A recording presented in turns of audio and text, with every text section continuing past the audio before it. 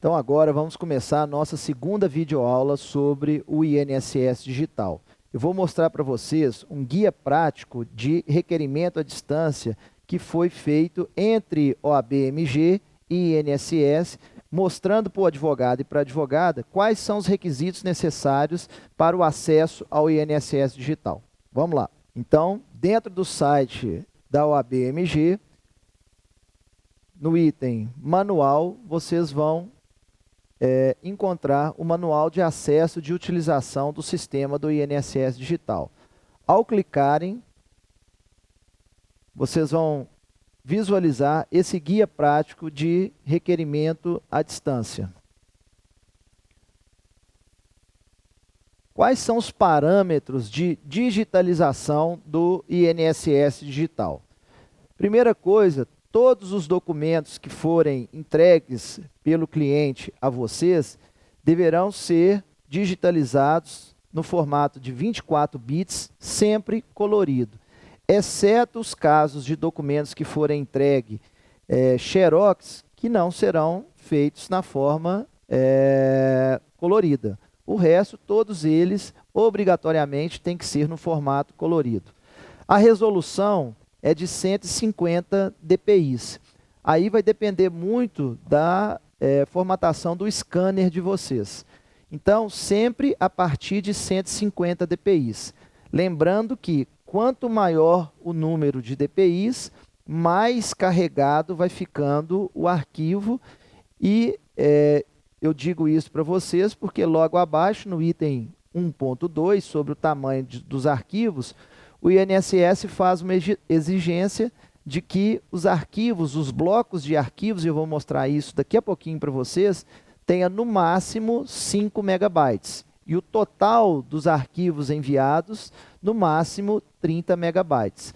Então é importante que o advogado perceba, antes de fazer a inserção dos arquivos no INSS Digital, que o tamanho não excede a 5 megabytes. Porque senão o sistema do INSS Digital não vai aceitar a inserção desses documentos, ok? No item 1.3, nós temos a ordem da documentação a ser inserida nos requerimentos do INSS Digital. Então, o primeiro documento a ser inserido é o requerimento assinado pelo advogado. Lembrando, para não fazer confusão, não é o requerimento de senha. O requerimento de senha que eu mostrei para vocês na videoaula anterior é só um requerimento para a senha de acesso ao INSS Digital. Esse requerimento que faz menção no item 1.3a é o requerimento do serviço que você vai fazer a utilização no INSS Digital. E aonde que é encontrado esse requerimento? Está lá no site da OAB que eu vou mostrar aqui para vocês. Esse requerimento também está lá no site da OAB, no item Requerimentos. O advogado e a advogada vai clicar e logo abaixo existem vários requerimentos em PDF editável que o próprio INSS disponibilizou para a OAB, que o advogado e a advogada vão preencher para inserção lá nos documentos do INSS Digital. Então, no caso aqui, eu vou fazer o preenchimento de um requerimento de aposentadoria por tempo de contribuição, para que vocês vejam a forma desse preenchimento, que é uma coisa muito fácil. Basta clicar, vai abrir um requerimento em PDF editável, vocês vão preencher o nome do cliente de vocês, com todos os dados necessários, basta clicar com o mouse. Logo abaixo, nós temos o item Escolha apenas as opções que se enquadram na situação. Ao clicar, vai ficar selecionado o item que vocês querem. Então, no caso aqui desse exemplo, opto pela não aplicação do fator previdenciário conforme estabelecido no artigo 29C da Lei 8.213/91, que é a situação dos pontos 85, 95, que é a soma da idade e do tempo de contribuição. Vão fazer também abaixo a opção de clicar em opto em receber comunicações e autorizo o envio de intimações na forma eletrônica no e-mail. Qual e-mail? É o e-mail de você, advogado e advogada. Por quê? Toda comunicação feita pelo INSS dentro do requerimento que vocês farão será feita através do e-mail cadastrado. Logo após, vocês vão imprimir este documento, vão inserir a caneta, a localidade que vocês estão, a data e a assinatura de vocês. Abaixo vão preencher também o nome de você, advogada, e de você, advogado, e o CPF logo abaixo.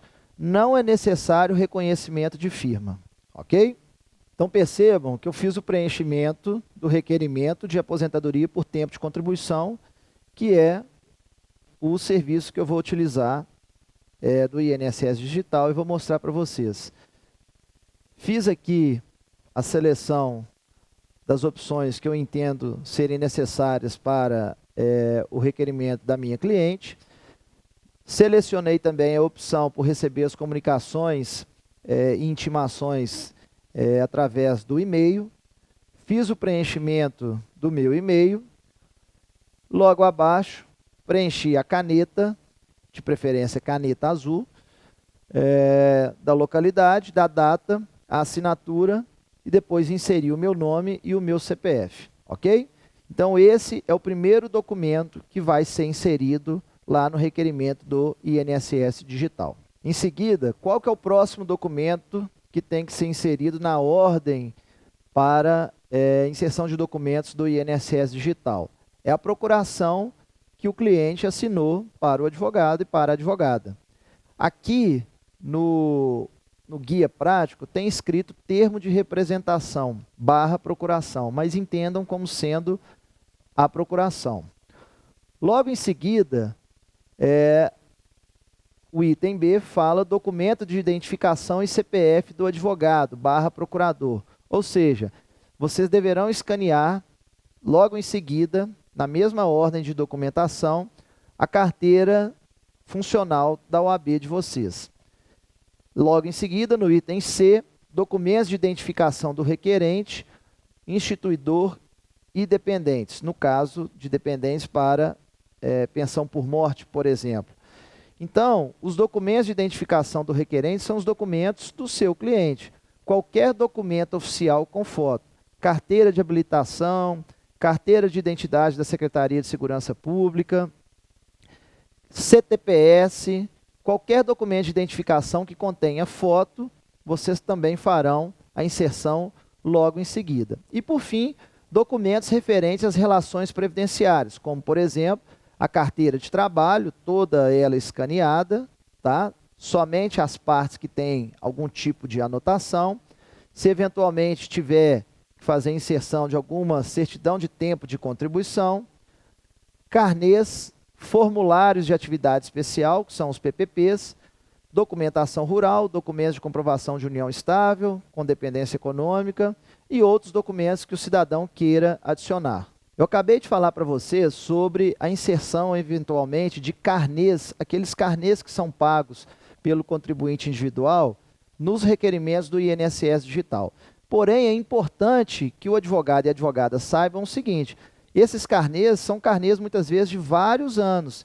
E, na minha visão, não tem necessidade de juntar esses carnês quando todo o tempo de contribuição referente aos carnês já estão constantes lá do CNIS, que é o Cadastro Nacional de Informações Sociais. E aonde que o advogado e a advogada vão ter acesso ao CNIS?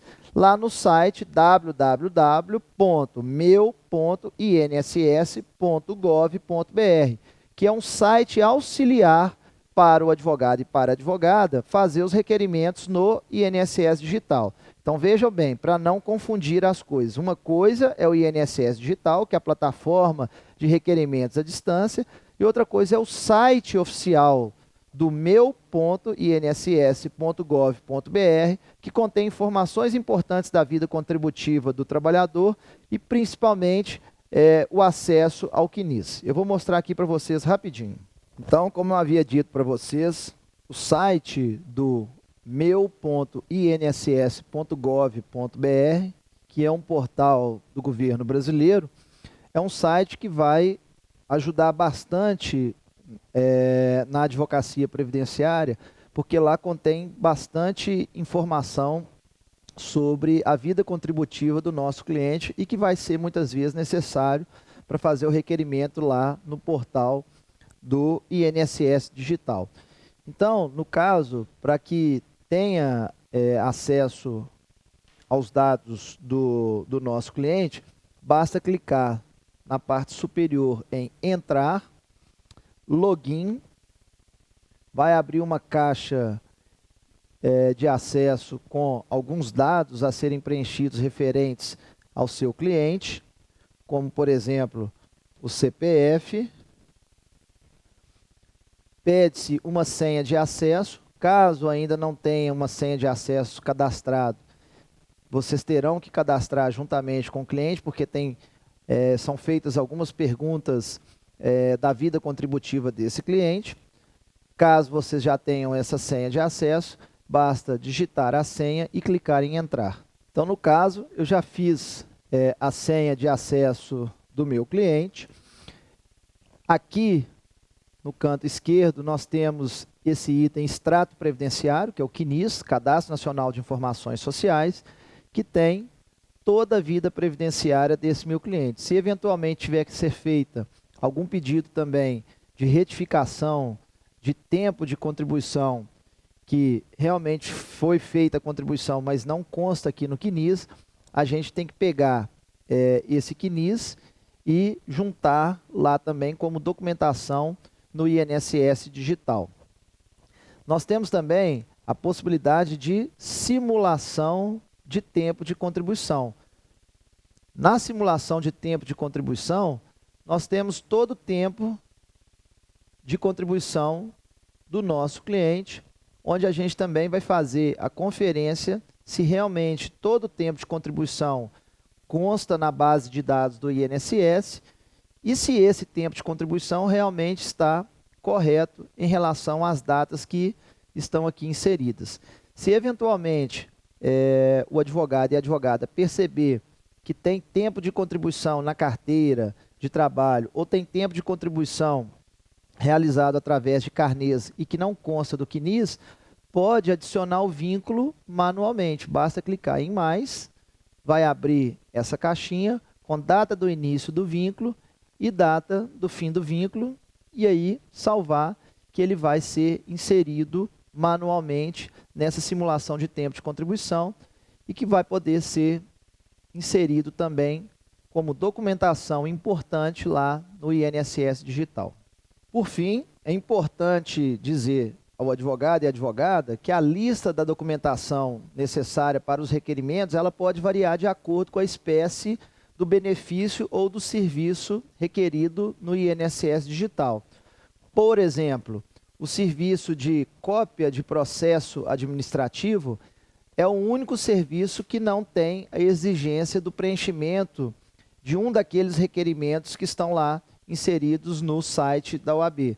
O pedido de cópia de processo administrativo, ele pode ser feito diretamente no site requerimento.inss.gov.br, acessando-se a plataforma do INSS Digital e fazendo o pedido diretamente no sistema do INSS Digital, sem a necessidade de inserção, por exemplo, daquele requerimento que eu mostrei para vocês. Então, no item 1.4, fala sobre o padrão da nomeação de arquivos a serem inseridos no INSS Digital. O padrão de arquivos, ele se dá da seguinte forma: sempre o nome do cliente da gente, ou seja, o nome em caixa alta, escrito com letras maiúsculas, underline, que é essa linha baixa, o CPF do cliente sem ponto e sem traço, underline originais, que eu vou explicar daqui a pouquinho para vocês. Se for o caso também, o mesmo padrão, o nome do cliente, underline, CPF, underline, terceiros. E se for o caso também, o nome do cliente, underline, CPF, underline, simples. Esses blocos de documentos originais, terceiros e simples são documentos que serão inseridos para análise do funcionário público que trabalha lá no INSS.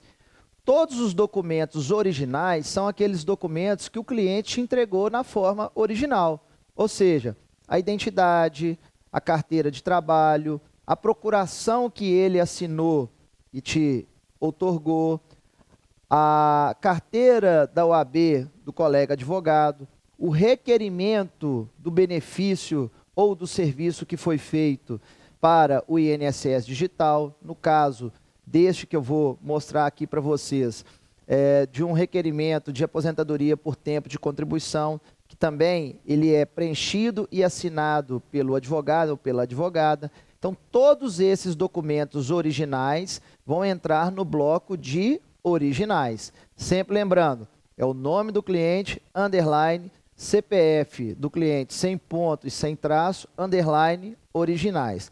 Se eventualmente o cliente te traz algum documento que foi autenticado ou por cartório ou por algum órgão público, esse documento vai entrar no bloco de terceiros, ou seja, algum terceiro que autenticou um documento.